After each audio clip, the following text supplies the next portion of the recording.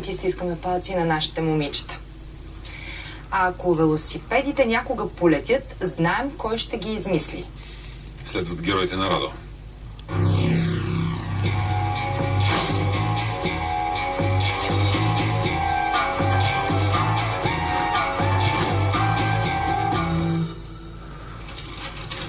За себе си той откри нещо важно. Откъде да черпи идеи? Хаос е най-големият вдъхновител в творчеството му. Хаосът ражда идеите, а той ги използва в работата си като дизайнер. Така че с хаоса си помагат. То тук няма права линия, както виждате. С тези скици е направил на хартия 5000 продукта. И може да направи още 5000, защото хаосът работи за него. Това е хаоса. От него се творявам. Хаосът дава идеите, а той ги вижда.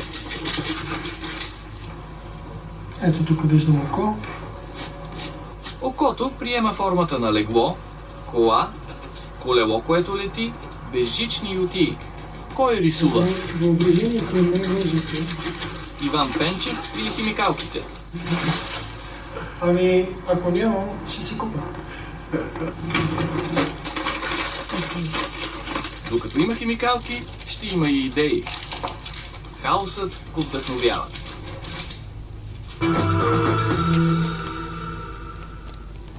Емисиите можете да следите на btv+.com.